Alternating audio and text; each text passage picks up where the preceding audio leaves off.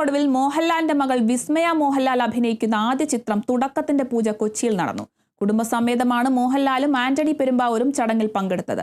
Suchitra Mohanlal switch on ചെയ്തപ്പോൾ മകൻ പ്രണവ് മോഹൻലാലാണ് ആദ്യ ക്ലാപ്പ് അടിച്ചത്.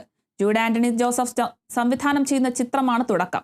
ചിത്രത്തിൽ ആന്റണി പെരുമ്പാവൂരിന്റെ മകൻ ആശിഷ് ആന്റണിയും ഒരു പ്രധാന കഥാപാത്രത്തെ അവതരിപ്പിക്കുന്നുണ്ട്. ജീവിതത്തിൽ സംഭവിക്കുന്നതെല്ലാം ഒരു വിസ്മയം പോലെയാണ് കാണുന്നത്. അതിനാലാണ് മകൾക്ക് വിസ്മയ എന്ന് പേര് നൽകിയതെന്നും മകൾ സിനിമയിൽ അഭിനയിക്കണമെന്ന് പറഞ്ഞപ്പോൾ അതിനൊപ്പം